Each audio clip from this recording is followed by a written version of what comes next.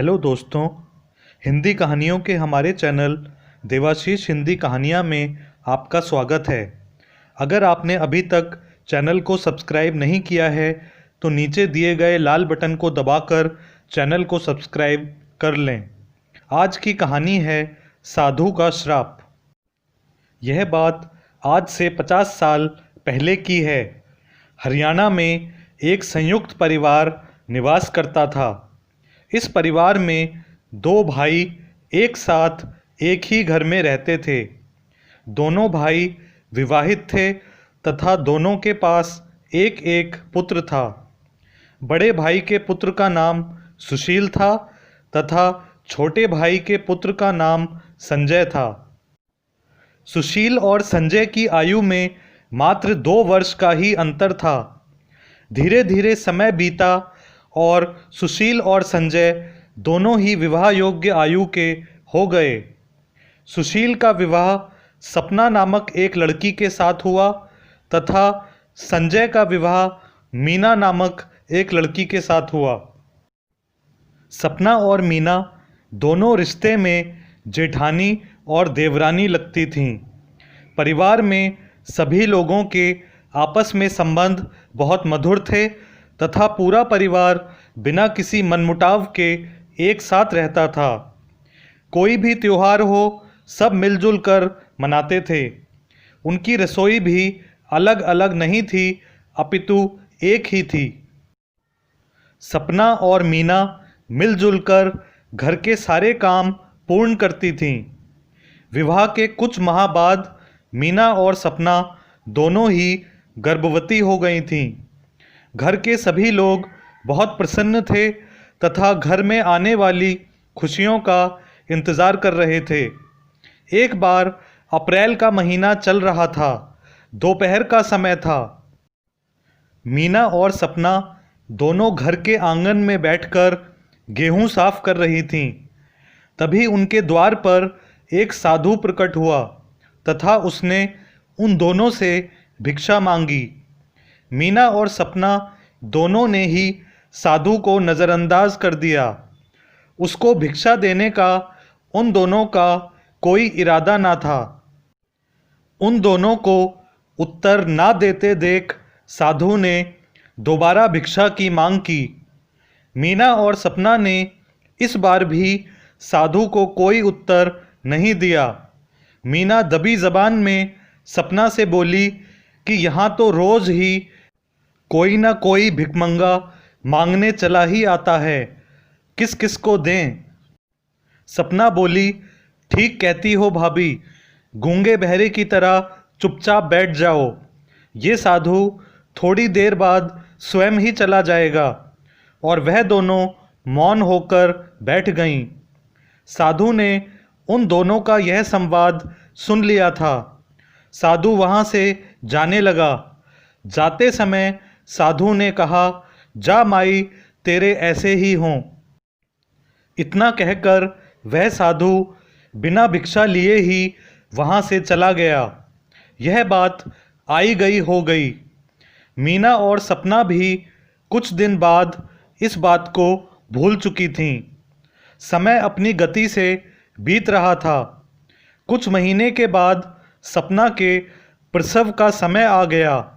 उसने एक पुत्र को जन्म दिया। कुछ दिन बाद पता चला कि वह बच्चा मूक बधिर उत्पन्न हुआ था। मीना अपने प्रसव के लिए अपने मायके चली गई थी। कुछ दिन बाद उसने भी एक पुत्र को जन्म दिया। हैरानी की बात यह थी कि उसका पुत्र भी मूक बधिर था। परिवार के सभी लोग बहुत दुखी थे। सब हैरान थे कि ऐसा कैसे हो सकता है कि दोनों बहुओं ने एक साथ मूक बधिर बच्चों को जन्म दिया है। परिवार में हुई ये घटना अब सारे मोहल्ले में चर्चा का विषय बन चुकी थी। हर किसी की जुबान पर यही बात थी। अब सपना और मीना को 6 महीने पहले की घटना याद आती है, जब उन्होंने साधु को भिक्षा नहीं दी थी और मौन होकर बैठ गई थीं। तब उन्होंने साधु की बात पर ध्यान नहीं दिया था। उन्होंने रो रो कर सभी परिवार वालों को ये बात बताई और साधु के श्राप के बारे में बताया। सब ने सपना और मीना को सांत्वना दी। कुछ लोग इस घटना को कुदरत का संयोग बता रहे थे और ये स्वीकार ही नहीं कर पा रहे थे कि साधु के श्राप से ऐसी घटना होना संभव भी है।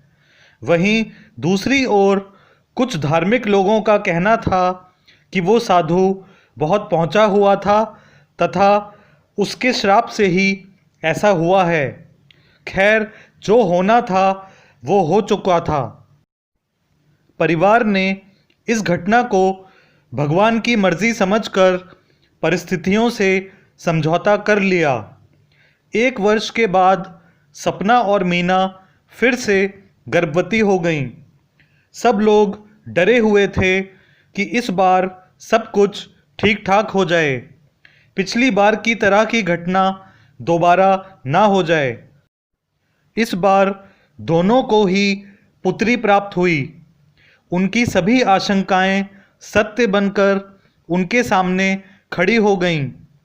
परिवार के सदस्यों पर मानो बिजली ही गिर पड़ी थी जब उन्हें पता चला कि इस बार भी सपना और मीना ने जिन पुत्रियों को जन्म दिया है वो दोनों ही मूक बधिर उत्पन्न हुई हैं। अब तो इस घटना की चर्चा सारे शहर में हो रही थी। क्षेत्रीय समाचार पत्रों में भी ये घटना प्रकाशित हो गई थी। किसी की समझ में नहीं आ रहा था कि ये कैसे संभव है। सपना और मीना के परिवार का रो रो कर बुरा हाल था। पढ़े लिखे लोगों का और डॉक्टरों का मानना था कि इस घटना के पीछे आनुवांशिक कारण भी हो सकते हैं, परंतु लोगों ने इस तरह की घटना ना इससे पहले कभी देखी थी ना सुनी थी। सपना और मीना को सपने में भी उम्मीद नहीं थी कि साधु का श्राप दूसरी बार भी उनका पीछा नहीं छोड़ेगा। अब एक ही परिवार में 4 मूक बधिर बच्चों का जन्म हो चुका था। कुछ बुजुर्ग लोगों के समझाने पर अब परिवार ने धार्मिक कार्य करने प्रारंभ कर दिए। साधु के श्राप से मुक्ति पाने के लिए उन्होंने हजारों रुपये का दान पुण्य अर्जित किया। बहुत सारे विख्यात धार्मिक स्थलों की यात्रा की और बहुत बड़े बड़े मंदिरों की दहलीज पर माथा टेका। सैकड़ों साधुओं को भोजन करवाया और वस्त्र दान दिए। जितने भी प्रयत्न करने का सामर्थ्य परिवार के पास था वो सभी पूरी शक्ति से कर रहे थे।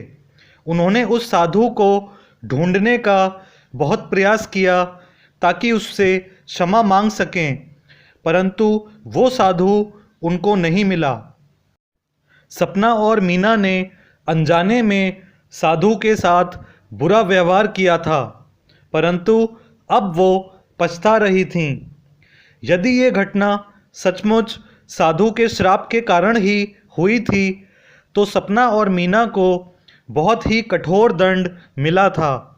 दंड भी 1 बार नहीं बल्कि 2 बार मिल चुका था। लोगों का कहना था कि साधु को क्षमादान देकर अपना बड़प्पन दिखाना चाहिए था। अपनी तरफ से यथासंभव धार्मिक कार्य करने के बाद 2 वर्ष के बाद मीना और सपना फिर से गर्भवती हुईं। कोई दिन ऐसा नहीं जाता था जब वो ईश्वर से प्रार्थना ना करती हों कि उनको साधु के श्राप से मुक्त कर दे। फिर भी उनका जीवन डर के साए में ही बीत रहा था। धीरे धीरे उनके प्रसव का समय निकट आ गया। इस बार सपना ने एक स्वस्थ पुत्र को जन्म दिया। कुछ दिन बाद मीना ने भी एक स्वस्थ पुत्री को जन्म दिया। पूरे परिवार ने ईश्वर का हाथ जोड़कर धन्यवाद दिया। इसके बाद सपना और मीना ने 2 और संतानों को जन्म दिया और ईश्वर की कृपा से वो सब स्वस्थ पैदा हुए। अब इस घटना को कई साल बीत चुके हैं। आज भी यकीन के साथ कोई नहीं कह सकता कि ये घटना मात्र एक संयोग थी या किसी आनुवांशिक कारण का परिणाम थी या फिर सचमुच उस साधु का श्राप ही थी। उन 4 मूक बधिर बच्चों में से 2 के बारे में तो जानकारी नहीं है, परंतु उनमें से एक लड़का बहुत ही उच्च श्रेणी का फोटोग्राफर बन गया और एक सफल जीवन व्यतीत कर रहा है। उनमें से एक लड़की का विवाह एक मूक बधिर युवक से हो गया था जो सोने के आभूषणों का व्यवसाय करता था। आज वो लड़की अपने नाती पोते वाले परिवार के साथ सुखी है। अगर आपको ये कहानी पसंद आई हो तो नीचे दिए गए लाल बटन को दबाकर चैनल को सब्सक्राइब कर लें ताकि हमारे आने वाली कहानी की सूचना आप तक पहुंच सके। स्क्रीन पर दिख रही प्लेलिस्ट में कुछ और कहानियां आपके सुनने के लिए उपलब्ध हैं।